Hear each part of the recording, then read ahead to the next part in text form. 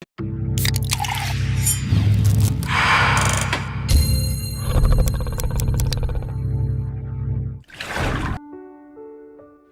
ini kita menyadarkan diri kita, terlebih lagi yang berceramah, jangan kau hanya sampai menyampaikan ayat saja. Hai Abdul Samad, apakah kau yang bicara itu hatimu sudah hidup?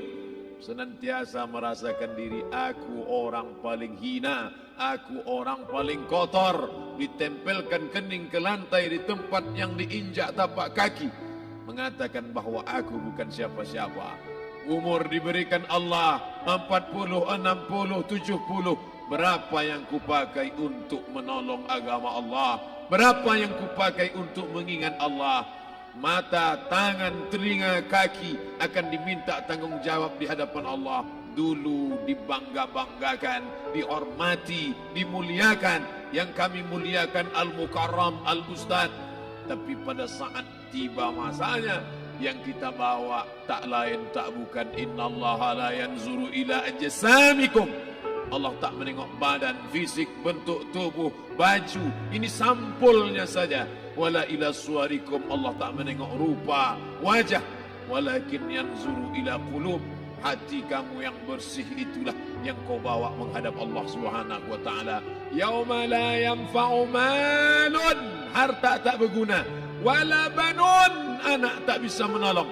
Harta tak berguna, anak tak mampu menolong. Illa man atallah, kecuali orang yang datang menghadap Allah biqalbin salim,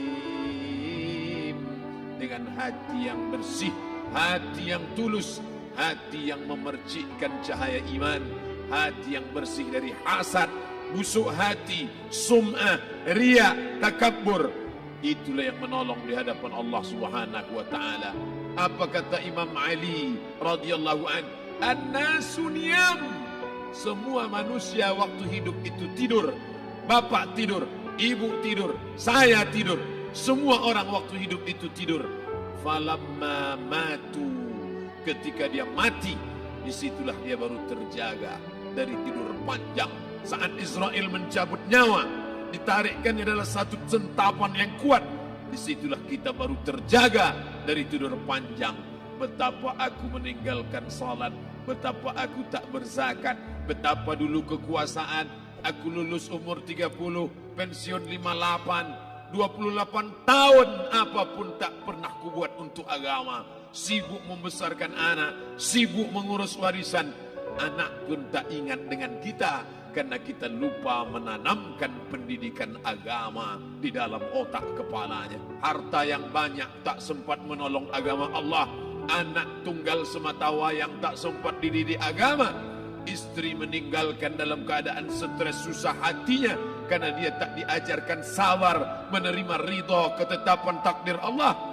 Dan paling celaka, tak pernah anggota tubuh ini dipakai untuk berzikir, muhasabah, mengingat Allah. Tak pernah mata dipakai menengok Quran, kitab suci Allah.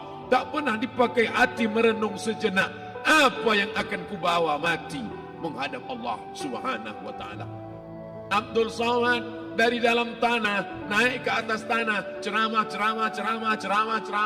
masuk balik ke dalam tanah. Yang kau bawa apa? Baju koko tinggal, peci tinggal, pakaian kehormatan tinggal. Yang kau bawa kain tidak berjahit, disobek, kerak. Itu yang akan menyampul kulitmu, yang selama ini kau dimandikan, dibersihkan oleh ibumu dulu 60 tahun yang lalu. Sampai masanya kau lupa kapan kau dimandikan dulu. Sekarang ruh melihat, disebut dia ruh karena dia raha ya ruhu ruh, seperti aroma semerbak yang datang pergi hinggap. Ruh sampai masanya dia datang masuk ke dalam jasad. Ruh sampai masanya dia pergi meninggalkan jasad.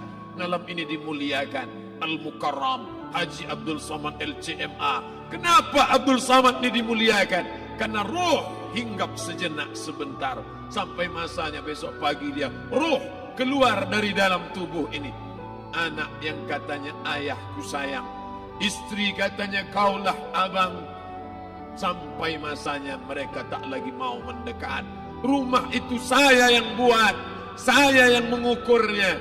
Tapi begitu ruh sudah keluar dari badan, tidak satu pun semeter, sesenti, sejengkal, sehasta ada tempat di rumah itu untuk jenazah bernama jenazah Abdul Somad. Mana kawan, sahabat, andai tolan, anak menantu, teman sekantor, semuanya pergi meninggalkan. Yang tetap dibawa, kalau pernah kaki melangkah salat berjamaah di masjid, kalau pernah tangan mengusap kepala anak yatim, kalau pernah tangan mengucap subhanallah. Nanti di akhir tausiah kita akan berzikir, munajat, muhasabah diri, berdoa, mengenang apa yang akan kita bawa menghadap Allah Subhanahu wa taala. Datang malaikat membawa kain kafan dari cahaya, akan menyambut ruh yang mulia. Hadis riwayat Ahmad bin Ambal dalam kitab Al-Musnad, turun malaikat berlomba-lomba membawa kain putih dari cahaya, menunggu ruh akan keluar. Ruh menetes seperti embun di ujung daun. Daun tidak bergoyang, ranting tidak patah. Ruh menetes pelan, turun ke dalam kain kafan, dibawa malaikat ke pintu langit. Tak sabar mereka menyambut. Inikah dia yang selama ini berjamaah? Berapa banyak yang masyhur terkenal di bumi, malaikat tak mengenal dia. Ini roh siapa? Tapi ini bukan LCMA, dia bukan ustaz, dia bukan ulama, tapi imannya dalam, kekuasaan dipakai menolong agama Allah. Rohnya keluar di bawah, semua malaikat mengucapkan salam. Inilah orang yang selama ini kami tunggu-tunggu, catatannya sudah lama. Setiap pagi petang, malaikat subuh membawa catatan namanya, malaikat malam membawa catatan namanya. Kami merindukannya. Begitu orang-orang yang masyhur di langit, tapi tak dikenal makhluk bumi. Tapi ada sebaliknya, yang rohnya disentapkan, ditarik malaikat dengan begitu tarikan yang sangat kuat. Nabi bertanya saat Isra Mi'raj kepada mereka yang sudah mati ribuan tahun yang lalu, apa yang kalian rasakan? Yang satu mengatakan seperti tebasan pedang di tempat yang sama beratus kali. Yang satu mengatakan seperti kambing yang dikuliti hidup-hidup. Yang satu mengatakan seperti mata kail pancing ditarik dari kulit yang basah. Maka kita berdoa setiap selesai salat, Allahumma hawwin alaina, ringankan kami ya Allah, fi sakaratil maut, di saat sakaratul maut yang amat sangat menyakitkan itu, di saat malam pertama di tempat yang gelap, di tempat yang tak pernah diimpikan oleh orang, tapi kita tetap melewati dan merasakannya. Perlahan-lahan cacing tanah, ular-ulat kalajengking akan menggerogoti kulit yang selama ini dimandikan, selama ini dipakaikan sampo yang mahal, selama ini dioleskan pelembab yang lembut. Tapi ternyata sebelum roh keluar jasad, setelah keluar, dia hanya akan menjadi santapan cacing tanah, hancur berkeping hari demi hari. Yang pertama kali membusuk adalah mata, karena dia berisi cairan. Cairan ini mengering, busuk dan berlubang. Lalu kemudian usus sebulan di dalam tanah, mulai dia menggelembung masuk angin dan dia meletus pecah. Cacing-cacing tanah mulai datang menggerogoti, memakan. Habis, siap tak siap, suka tak suka, kau akan didatangkan. Apa yang akan ditanya oleh Allah? Perbuatanmu, amalmu. Faman ya'mal mithqala dzarratin khairan yarah. Sebesar biji sawi, sebesar ujung rambut, kau aniaya orang, kau makan titik puluh keringatnya.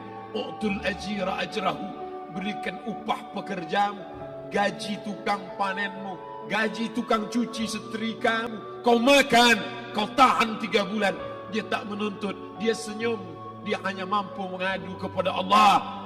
Tapi titik peluhnya yang keringatnya, air matanya akan kau balas di hadapan Allah Subhanahu wa taala. Di saat itu tak ada siapa bisa menolong. Hari ini uangmu banyak, kau bayar pengacara handal 1 jam 100 juta, bebas tanpa syarat. Tapi di hadapan Allah semua akan bersaksi. Al-yawma nakhtimu ala, lidah yang selama ini pandai bicara dikunci, ditutup Allah taala yang akan bicara. Wa tukallimuna aydihim wa tashhadu arjuluhum, kaki akan bersaksi, tangan akan bicara, bima kanu yaksibun, yang pernah dilakukan di masa yang lalu. Mata melihat seolah-olah nyata perbuatan itu pernah dilakukan dulu. Kita lupa, kita tak ingat, tapi catatan malaikat terlalu terang benderang. Wa in kullun lamma jami'ul ladaina muhdarun. Catatan dibaca sampai-sampai orang itu tak percaya. Ma li hadzal kitab, kenapa buku catatan saya ini la yughadiru saghiratan, yang kecil-kecil, wala kabiratan, yang besar-besar, ahsaha, semua tercatat dalam buku catatan yang nyata. Dalam surat Al-Isra apa kata Allah? Iqra. Hari ini kalau dikatakan Iqra baca Quran, Iqra baca Yasin, malam Jumat Iqra baca surat Al-Kahfi, tapi sampai hari itu Yasin tak bermakna, Al-Kahfi tak lagi disuruh baca karena hidup sudah berakhir. Iqra, baca. Apa yang kau baca? Kafa binafsikal yawma alaika hasiba. Baca buku catatan amal.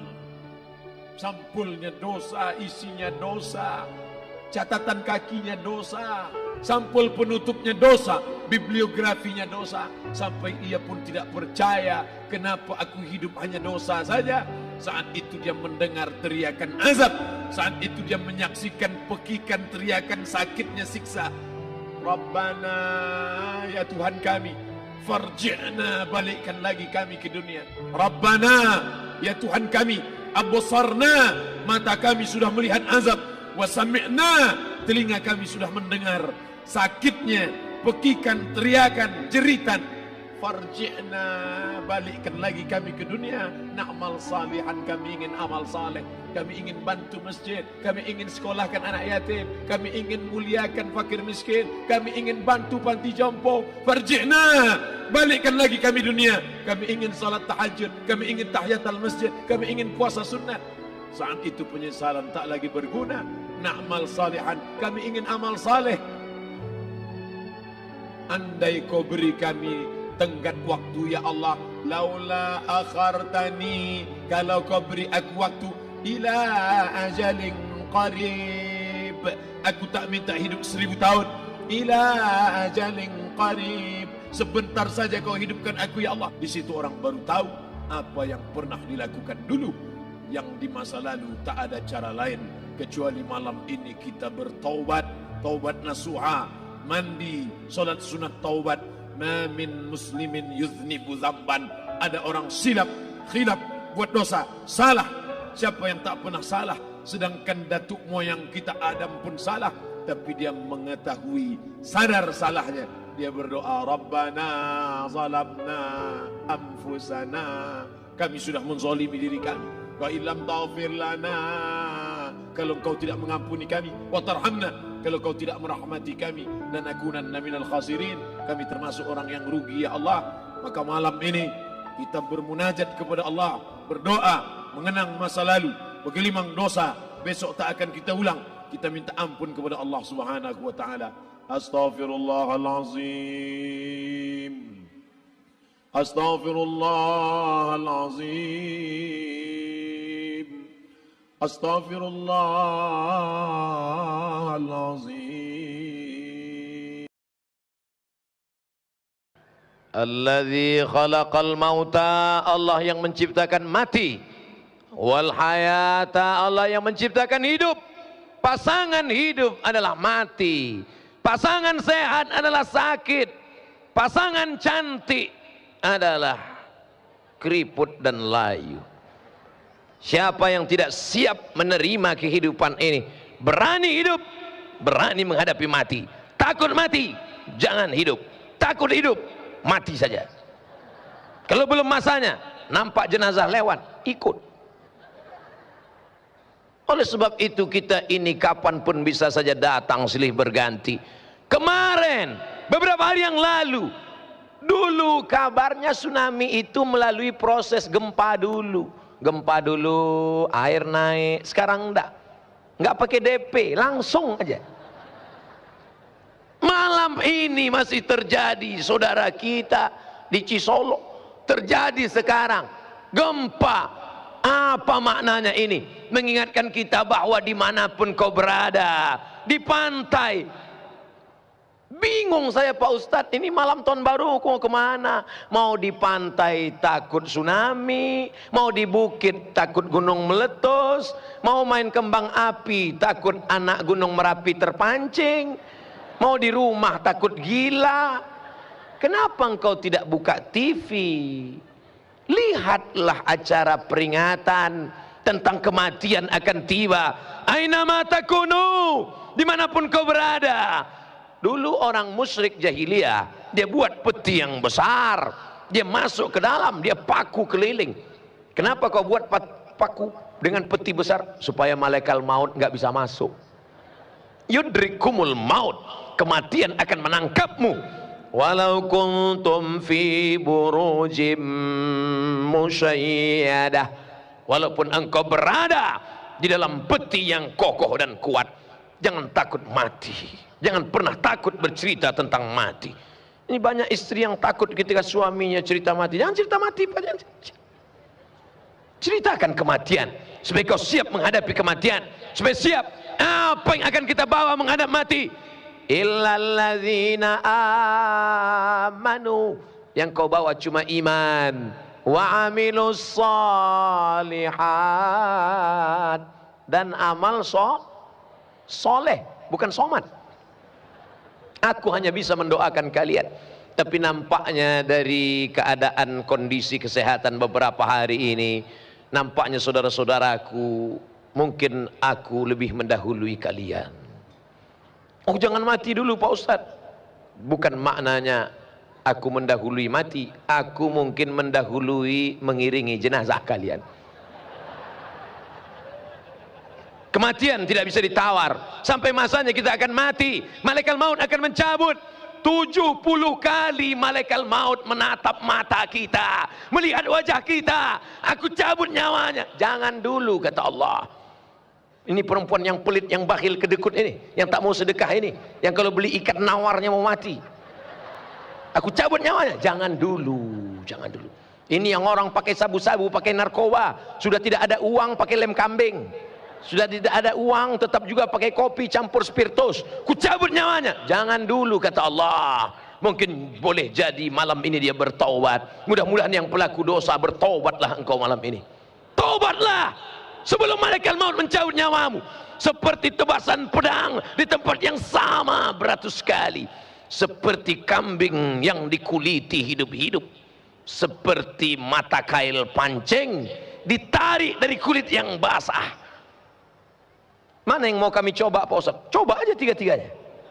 Pulang dari sini ambil pedang 100 kali di tempat yang sama. Pulang dari sini kulit mencabut, robek.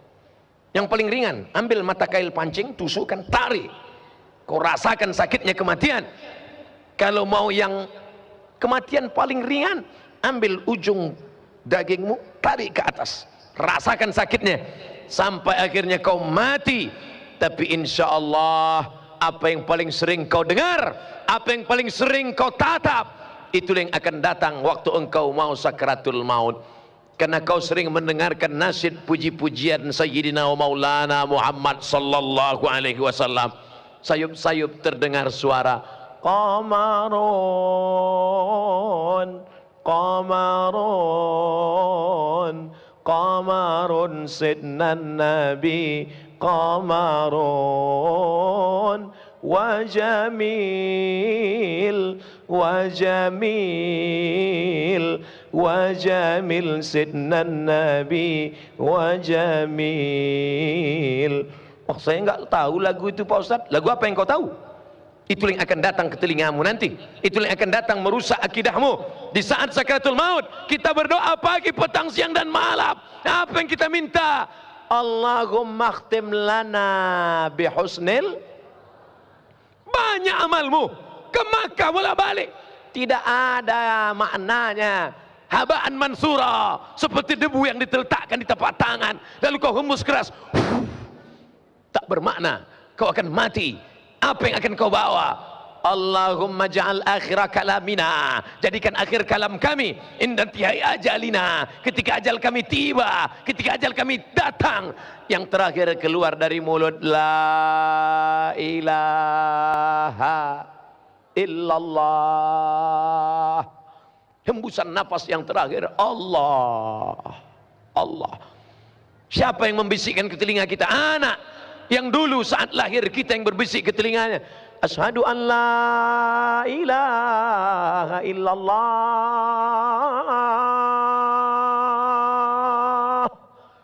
Anak-anak yang belum diazankan dulu waktu kecil, jangan kau azankan lagi sekarang.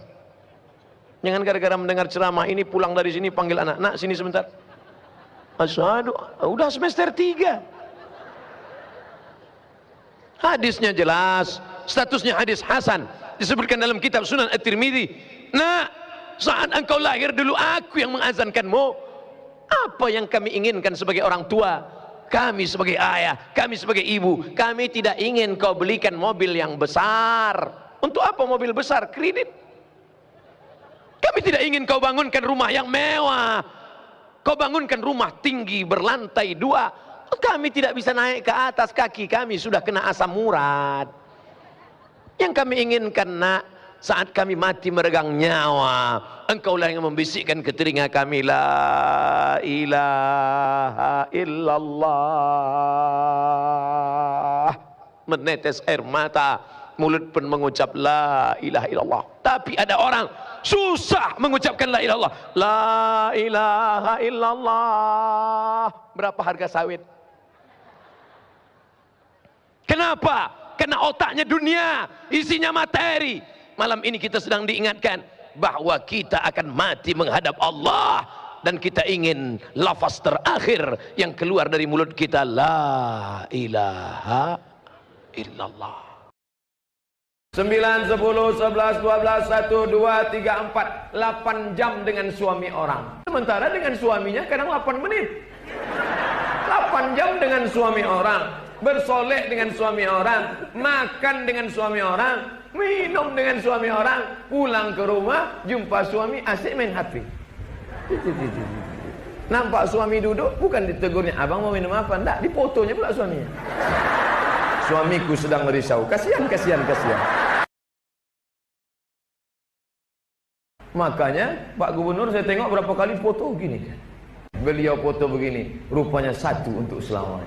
Ya Allah, satu untuk selamanya Pak Ustaz. Allahu Akbar. Pas pulang istrinya nanya, bang, apa artinya? Kau yang pertama dan terakhir. Masya Allah. Pas di depan dia, pas tak ada dia, lain lah cerita, ya kan? Cerita laut tak boleh bawa ke darat. Pas pulang istrinya nanya, bang, apa artinya? Kau yang pertama dan terakhir. Masya Allah. Pas di depan dia, pas tak ada dia, lain lah cerita, ya kan? Cerita laut tak boleh bawa ke darat. Tinggal, pendidikan, perhatian. Bang, kau kasih aku 5, kasih aku makan, kasih aku pakai, kasih aku tempat tinggal, kasih aku pendidikan, kasih aku perhatian. Dan setelah itu terserah kau lah. Buka cabang, bukalah.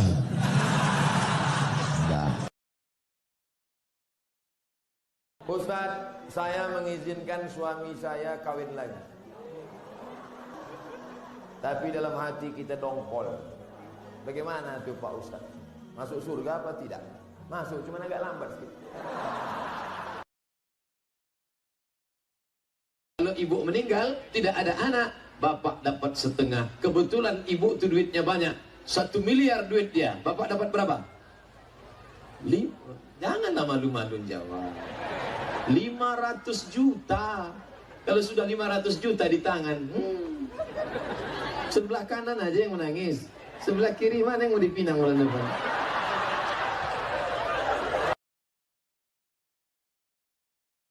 Sombong Ustaz sekarang? Tidak. Sombong kepada orang sombong sedekah. Saya tersinggung mendengar ceramah Ustaz. Berarti ente busuk hati. Ya, kalau ada orang ngomong saya, kasih tahu sama dia, Pak, Yang selalu ngomong saya itu ada 4. Yang pertama setan, yang kedua Fir'aun, yang ketiga Korun, yang keempat siapa? Bapak. Pagi, petang, siang, malam menteror saya. Maafkan dia. Jadi saya nggak boleh balas, nggak boleh. Dilemparnya saya pakai batu, lempar dia pakai bunga. Sudah 2 kali, beri dia 2 tangkai. Yang ketiga, yakinkan potnya ikut sekalian. Jangan. Ustaz Somad, ya. Itu Ustaz pakai cincin ada magic-magicnya. Oh ada. Apa magicnya? Ini kalau dipakai duduk di rumah makan nggak bayar. Oh hebat Pak Ustaz. Duduk aja jangan makan.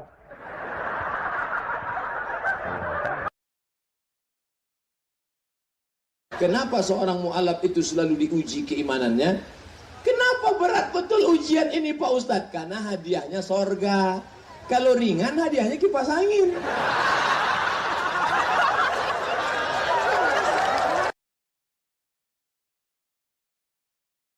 Jangan kau cari terlalu cantik, nanti dituduh orang kau pakai pelet. Jangan kau cari terlalu buruk, malu kau membawanya undangan. Yang sedang-sedang saja. Jumpanya di mana? Di FB. Kok bisa jumpa? Begitu banyak orang di FB itu. Kenapa mantan itu kamu jumpa? Saya cari, Pak.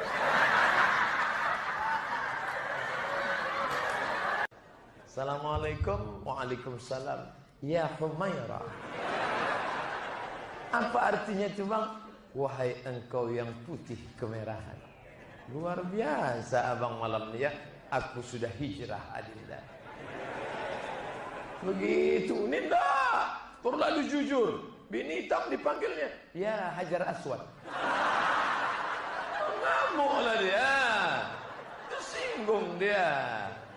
Maka kata-kata itu terngiang di telinganya. Dek, janganlah kau merajuk Adinda. Ayolah kita ngobrol. Memang cakap abang tadi kasar ya. Abang mohon maaf. Tapi kalau kau lama-lama begini nanti ku tambah 1 lagi.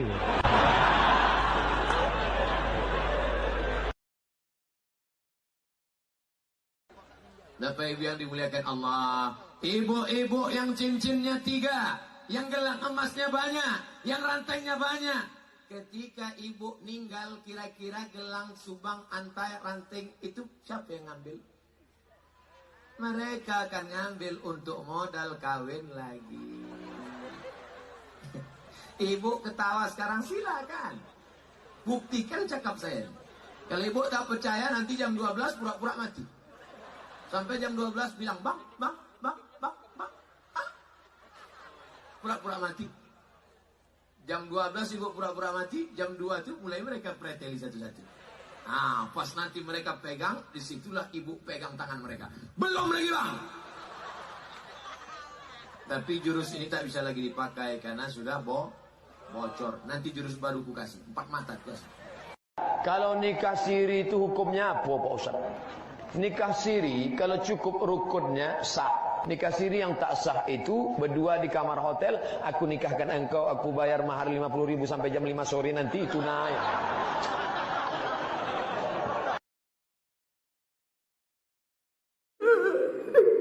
Bapak nangis kenapa? Utang saya banyak Pak Ustaz.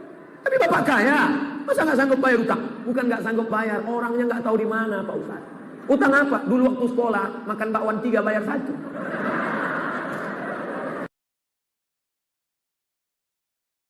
Ustaz, apa hukumnya wanita yang mencintai suami orang? Jangan sampai kita diuji dengan cinta, apalagi mencintai bini orang.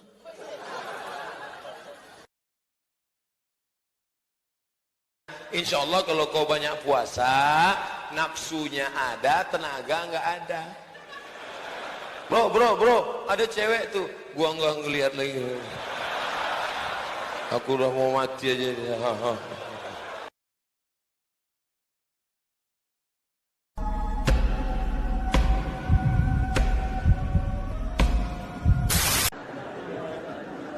Ustaz, mengapa orang bunuh diri masuk neraka? Bukankah kematian telah ditentukan Allah? Nampaknya mau bunuh diri nih.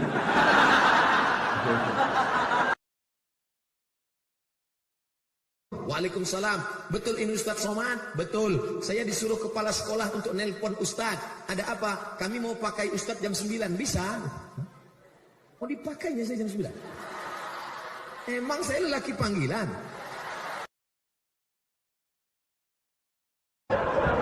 Sekarang umur ini cepat matinya bang. Karena ada lagunya tuh bang. Orang kaya mati, orang miskin mati, orang mati. Abang pun akan mati. Sembahyanglah bang.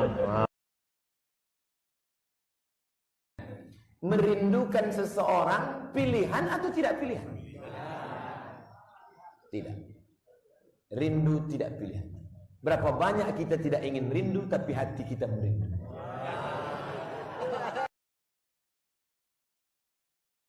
Saya seorang bujang, anak muda maksudnya. Mau menikah dengan seorang janda beranak satu. Karena dia wanita yang baik dan berhati soleha. Bagaimana Pak Ustadz? Mantap. Bagaimana pandangan Islam yang baik dalam mencari pendamping hidup seorang istri? 4 orang Pak Ustadz, sifatnya 4. Bisa Ustadz carikan yang ada 4-4-nya Pak Ustadz. Kalau ada 4-4-nya ngapain untuk ente? Usah kalian pacaran. Pacaran tuh bohong. Hati-hati ya yang harus jatuh ya. Harus jatuh. Ya yang mau dijemput jam berapa? Sebelum dapatnya. Itu sudah dapat jatuh kalian. Mana mata gua tadi? Bang, jemput adik di pasar ya. Tak pandai kau balik sendiri. Ada pula tak tahan, pagi aja berpisah, petang udah berkunang-kunang dia. Macam-macam. Jadi kenali suami anda itu termasuk tipe yang mana. Kalau dia termasuk yang 300 tenaga kuda, jangan kamu pergi jauh-jauh. Belajar. Yang udah sempat jatuh cinta, buka HP, cari namanya, delete. Buka FB, cari namanya, unfriend. Apakah nikah muda itu salah? Nikah muda bagus. Saya menyesal nikah udah tua. Kalau tahulah saya nikah muda itu baik, begitu habis sunat nikah langsung.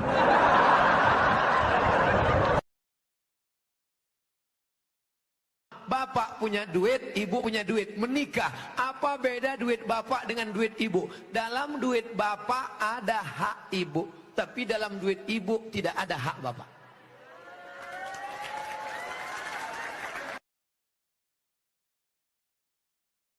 Ustaz Somad, kenapa telepon tak diangkat, SMS tak dibalas? Emang Siti Badriah?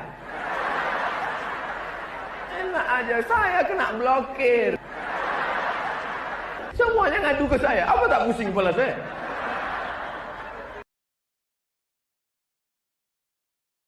Kalau istri bapak meninggal, Allah bukan marah sama bapak.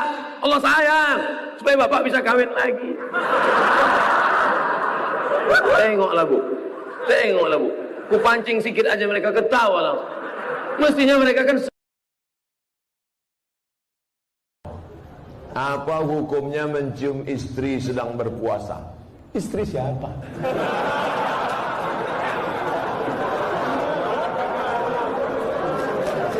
Kalau istri engkau yang kau cium, sama. Jadi istri itu bukan pembantu. Banyak sekarang orang menjadikan istri sebagai pembantu. Allah menciptakan dia dari tulang rusuk, bukan dari tulang belakang. Istri itu diciptakan bukan dari tulang belakang. Makanya kalau ada istri diperbudak oleh suami, kasih tahu dia, bang, aku ini dari tulang rusukmu, bukan dari tulang belakang, bukan dari tulang betismu, supaya kau pijak-pijak. Maka jagalah keutuhan ini, karena perempuan itu dimuliakan. Adinda, aku tak menikahi engkau karena kau jadi istriku, tapi ingin kau menjadi ibu yang soleh untuk anak-anakku. Aku pun begitu juga bang, karena kalau kau cari yang ganteng banyak dari kau lagi. Tapi aku tengok kau lah yang soleh untuk anak-anak. Mak, 1-0 ah. Mana yang harus dinafkahi? Ibu atau istri? Sementara sudah tidak memiliki ayah. Dua-dua kewajiban. Kau gendong ibumu dari Panam ke Makkah, kau balik lagi, belum tentu dapat menebus satu teriakannya saat melahirkan engkau.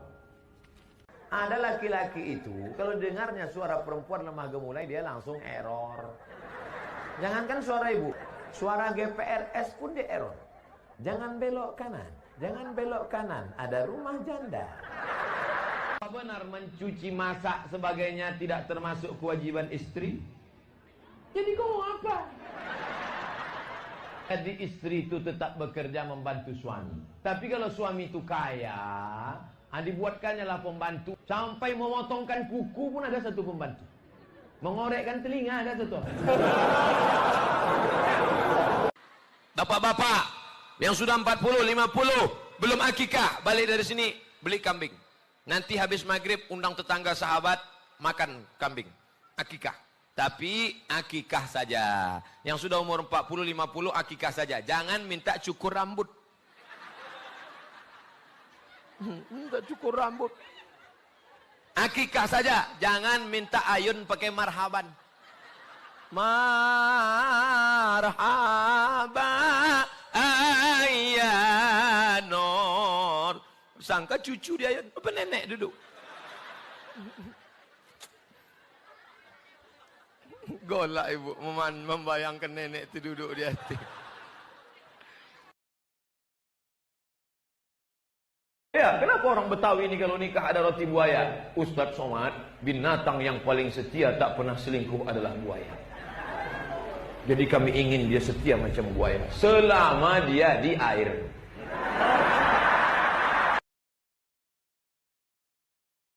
Benarkan roh akan pulang ke rumah setiap malam Jumat? Macam orang balik dari kantor aja.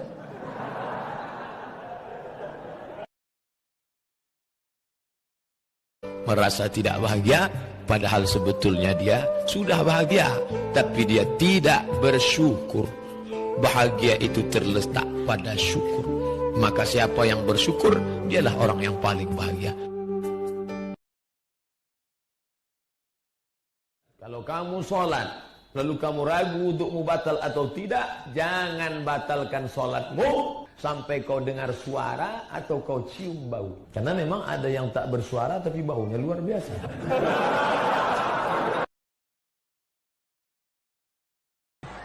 Yang ketangkap KPK kemarin 8 miliar. 8 miliar itu kalau kita belikan cendol, berenang kita ramai-ramai.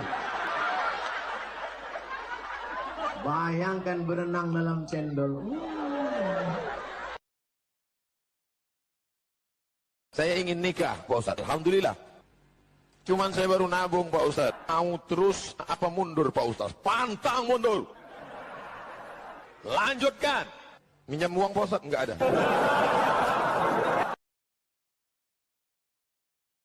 Mas, aku tahu engkau kere, miskin, susah, melarat.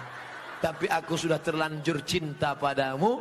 Jangankan uang ini, nyawaku pun kuberikan. Ambillah semuanya. Dengan syarat jangan kau nikah lagi. Bagaimana cara menghadapi istri yang suka marah? Nikmati aja. Jangan sampai ketika dia tidak ada baru kau menangis. Kalau dia marah-marah, bilang sama dia, enggak ada lo, enggak rame mah. Makanya Pak Gubernur saya tengok berapa kali foto gini. Beliau foto begini, rupanya satu untuk selamanya. Ya Allah. Satu untuk selamanya Pak Ustaz. Allahu Akbar. Pas pulang istrinya nanya, "Bang, apa artinya?" Kau yang pertama dan terakhir. Masya Allah. Pas di depan dia. Pas tak ada dia lain lah cerita ya kan. Cerita laut tak boleh bawa ke darat.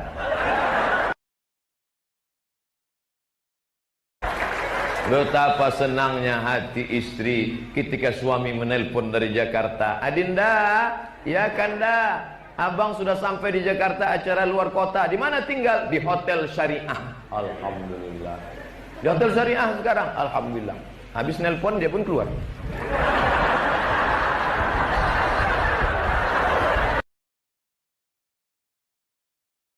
Sembilan, 10, 11, 12, 1, 2, 3, 4 8 jam dengan suami orang. Sementara dengan suaminya kadang 8 menit 8 jam dengan suami orang. Bersolek dengan suami orang. Makan dengan suami orang. Minum dengan suami orang. Pulang ke rumah, jumpa suami asik main HP. Nampak suami duduk, bukan ditegurnya, abang mau minum apa? Enggak, difotonya pula suaminya. Suamiku sedang merisau. Kasihan.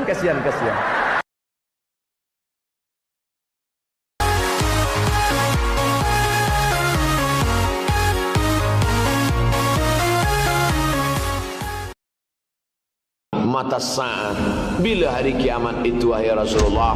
Nabi terus saja membagikan tazkirah, sehingga selesai tazkirahnya dia tanya, manis sa'il, siapa yang bertanya tadi? Sahabat itu pun mengaku, aku yang bertanya ya Rasulullah. Apa kata Rasulullah SAW? Idza wussidal amru ila ghairi ahlihi, kalau suatu perkara diberikan kepada orang yang tiada kepakaran di dalamnya, dia bukan ahlinya, fantaziris sa'ah, maka tunggulah hari kiamat.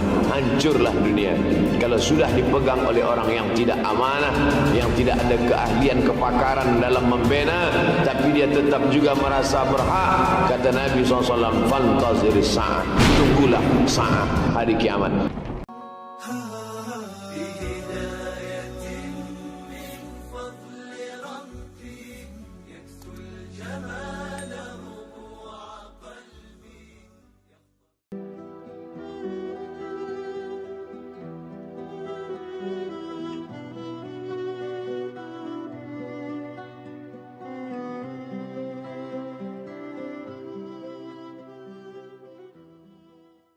Wa tilkal ayyamu nudawiluha, demikianlah hari-hari manusia itu kami pergantikan silih berganti.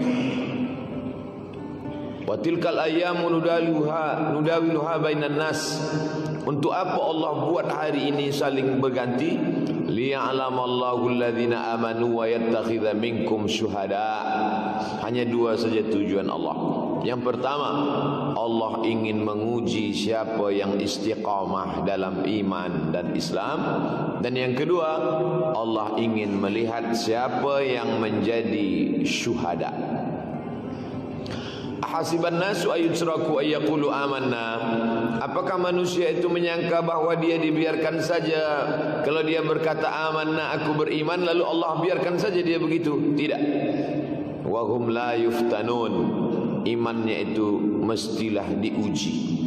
Oleh sebab itu tajuk kita adalah bagaimana sebagai seorang muslim menghadapi cabaran akhir zaman, masa ke depan, apa yang mesti kita buat.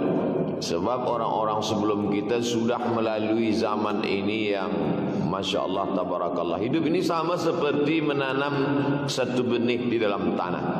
Kita masukkan satu biji ke dalam tanah, lalu kemudian datang air hujan, biji pun pecah bertunas. Selepas itu dia akan berbatang, bercabang, berputik, berbunga, berbuah. Selepas itu dia pun akan layu, menguning, mati, digantikan pohon yang baru. Dulu datang Nabi Muhammad SAW, bertunas, bercabang, hebat pada masa Abu Bakar, Umar, Utsman, Ali. Selepas itu lalu kemudian Bani Umayyah, lalu kemudian Bani Umayyah pun hancur. Naik Bani Abbasiyah, habis masa musim menguning, layu, mati Bani Abbasiyah. Muncul pula Salahuddin Al-Ayyubi di Mesir, lalu kemudian tak lama pun hilang. Islam pula pernah berjaya 700 tahun di Andalusia, Europe. Rupanya terlena, lepas itu layu, kuning, mati. Bangkit pula Islam di Turki, lalu kemudian tahun 1923, 1924 habis. Pernah bangsa Melayu ini menguasai setengah dunia ini, kerajaan Melaka. Lalu kemudian datang Portugis, datang Belanda, datang British, hancur. Nah, kita, apakah kita ingin dengan masa yang hebat sekarang, tiba-tiba nanti pada masa anak cucu kita, kita akan habis, dikalahkan oleh bangsa lain? Tidak. Oleh sebab itu, maka kita mesti menanamkan untuk masa depan ini apa yang perlu kita ajarkan kepada mereka. Yang pertama, keyakinan. Keyakinan itulah yang paling berharga daripada segalanya. Banyak orang-orang ketika dia akan mati, yang ditanamkannya, ditinggalkannya kepada anak cucunya adalah harta.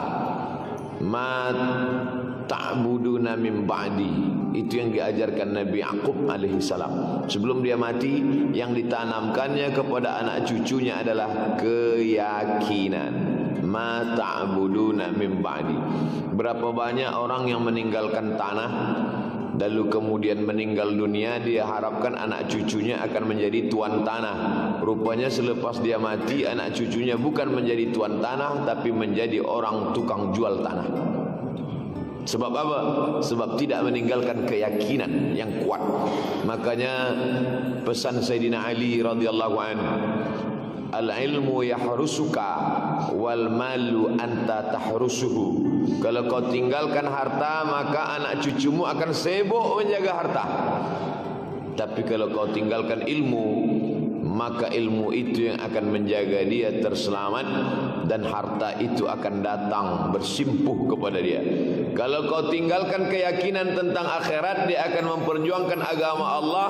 Maka kalau kau tinggalkan dunia, sibuk dia mencari makan, sibuk dia berniaga, sibuk dia dengan yang lain, lupa akhirat.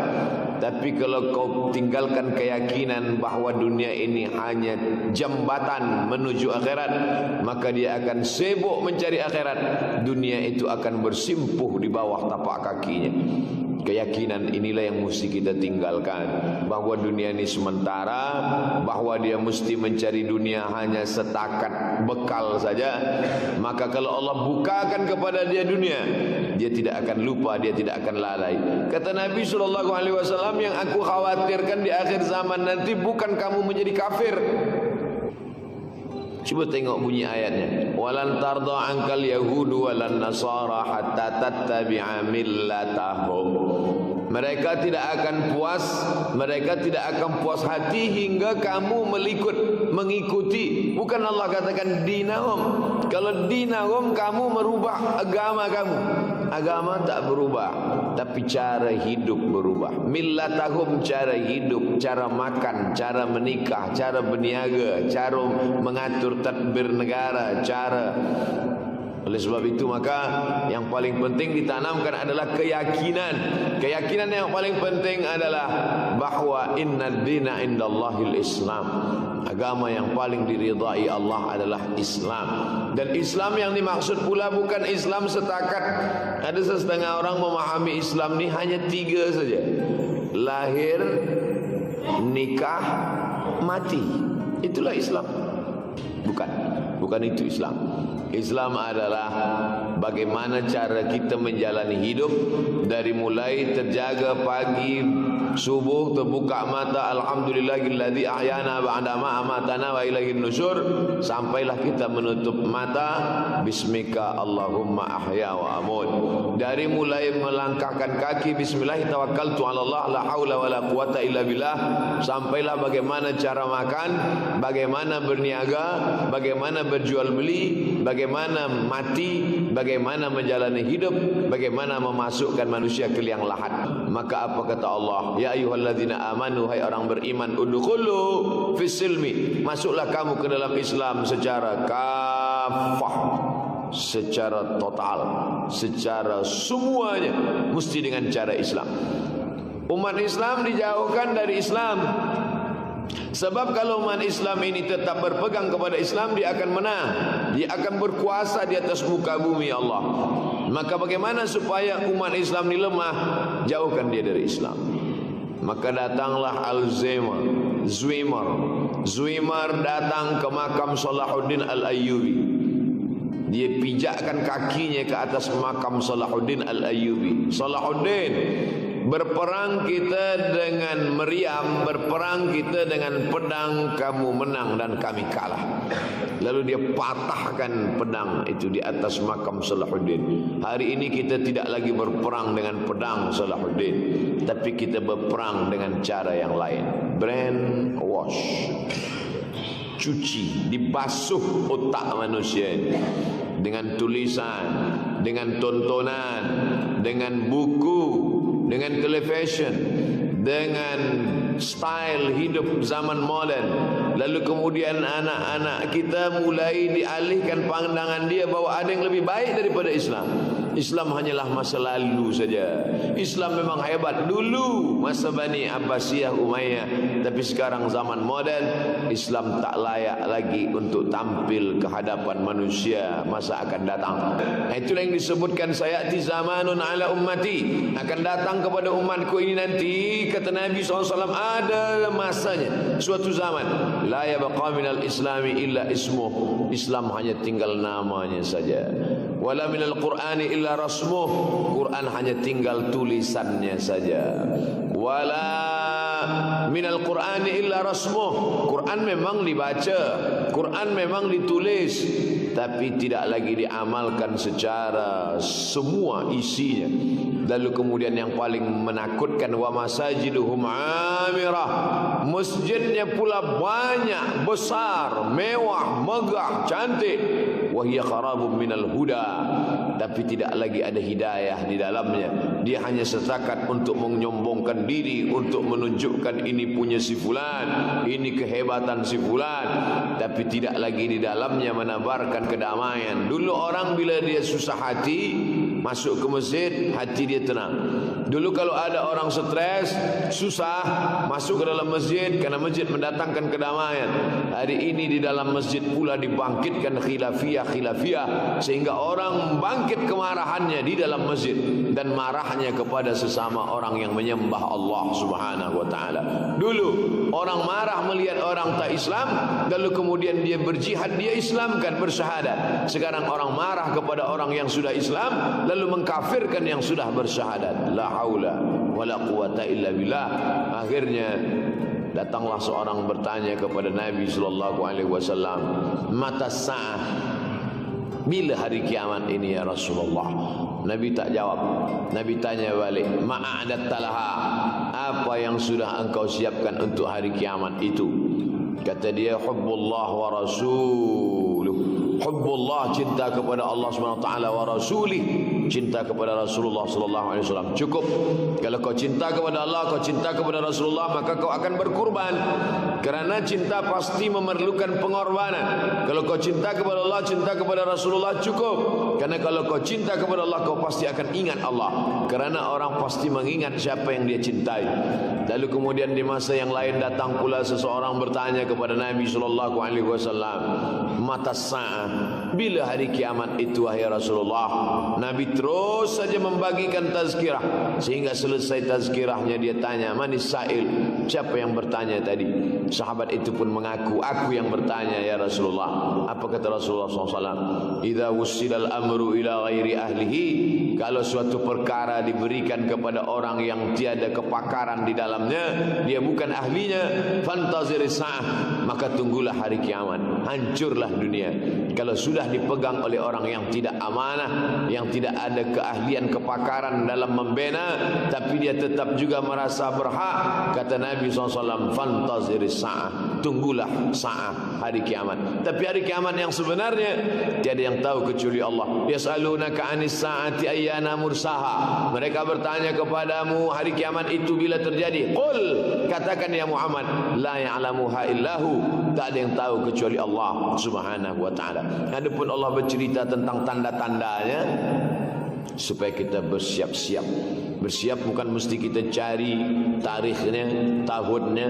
Yang perlu kita siapkan adalah bagaimana anak-anak cucu kita di masa akan datang masih tetap solat berjamaah.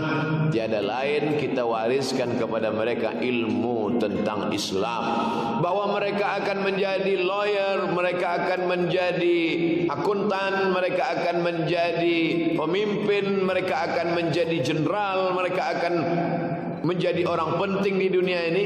Memanglah itu penting, tapi yang paling penting dari semuanya adalah bagaimana ditanamkan ke dalam dirinya keyakinan bahwa dia akan mati, selepas mati dia akan hidup lagi, dan manakala dia hidup dia akan diminta tanggung jawab di hadapan Allah Subhanahu wa taala. La tus'alunna yauma idzin 'anin na'im.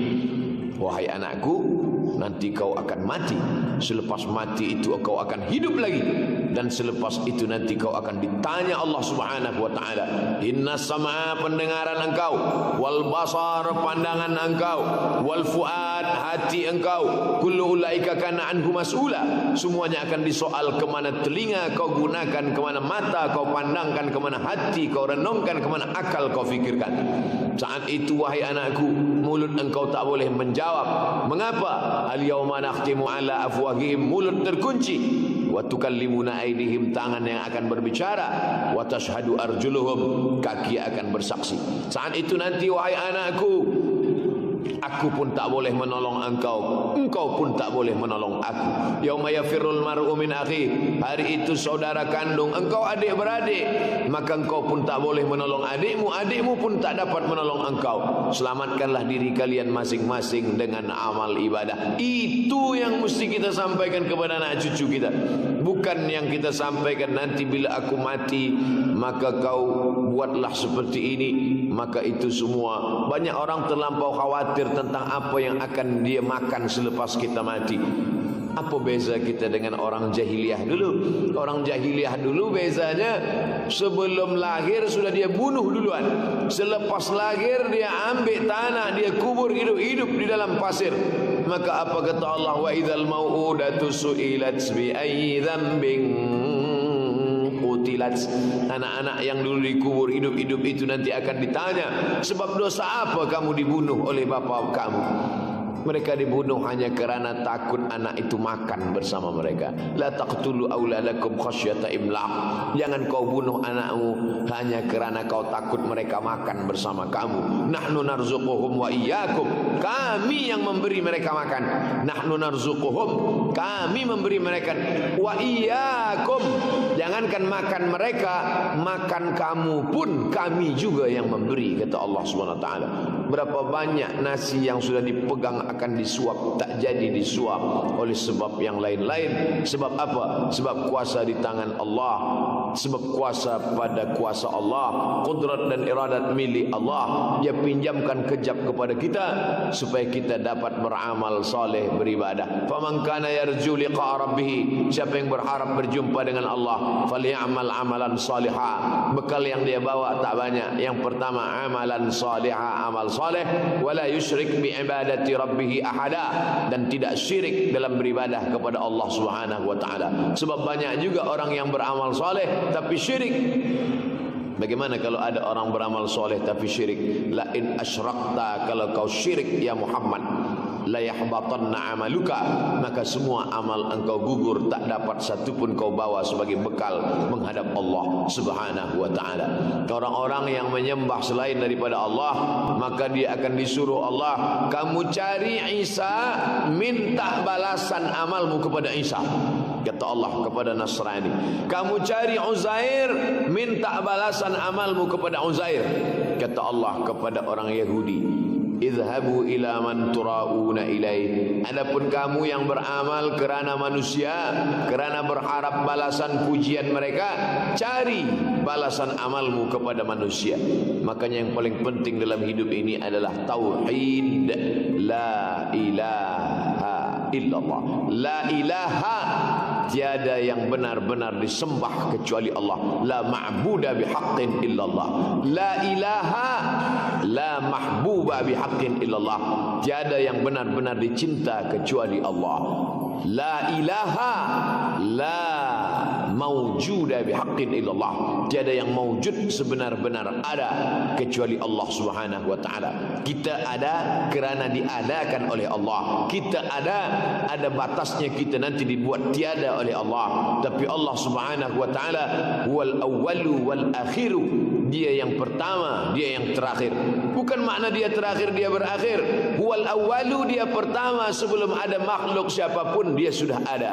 Huwal akhiru, bukan maknanya dia terakhir, semuanya berakhir, mati, hancur, tapi dia tetap ada. Walaupun semuanya sudah ada, tapi dia akan berakhir dengan tiada, dan dia tetap ada. Wajibul wujud. Maka itulah yang kita tanamkan. Kalau tidak itu keyakinan mereka, mereka akan hanyut dengan arus dunia yang begitu kencang, ombaknya kuat, anginnya kencang, karangnya tajam. Kita takut kapal pecah di tengah pelayaran, tak sampai ke pulau harapan.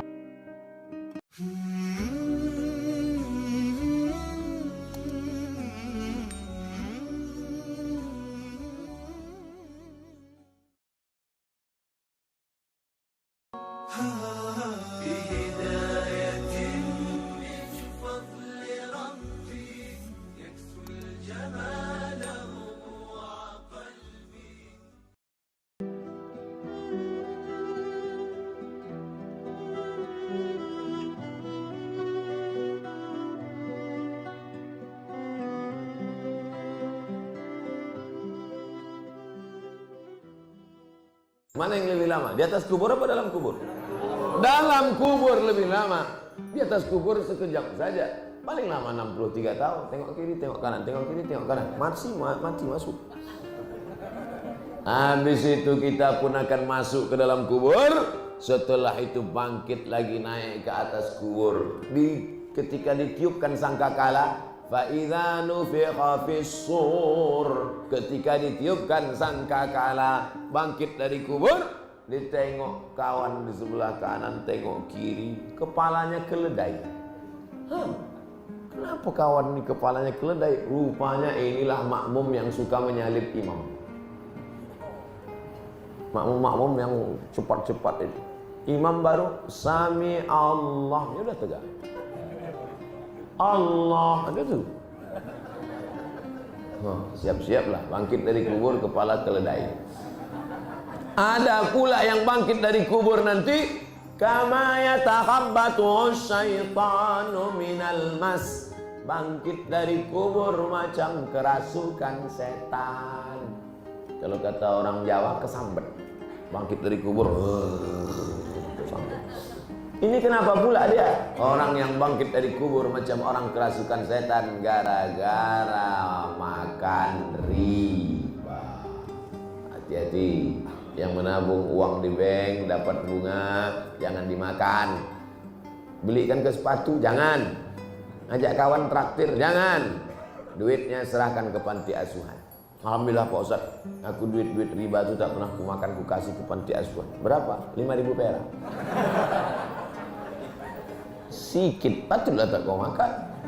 Mau sikit, mau banyak, jangan dimakan. Serahkan untuk kemaslahatan umum. Panti asuhan, panti jompo, rumah yatim, rumah sakit, MDA, masjid, boleh, silakan. Tapi tak perlu disebut, Pak Haji, Pak Ketua Masjid, ini ada duit. Duit apa nih? Tak usah tanya, ambil aja lah. Bangkit dari kubur barulah sadar. An-nasu niyam. Semua manusia ini sedang tidur. Bapak ibu kita ini semua sedang tidur, sedang mimpi kita ini. Ada yang mimpi jadi orang kaya, ada yang mimpi jadi pejabat, ada yang mimpi jadi ustadz, ada yang mimpi jadi artis. Ketika kita mati, disitulah baru kita sadar. Lanjutkan ayatnya. Wa idzal qubur bu'thirat, ketika yang dikubur dibangkitkan, alimat nafsum ma qaddamat wa akharat, barulah dia sadar apa yang dia sudah lakukan, amal yang dibawa mati.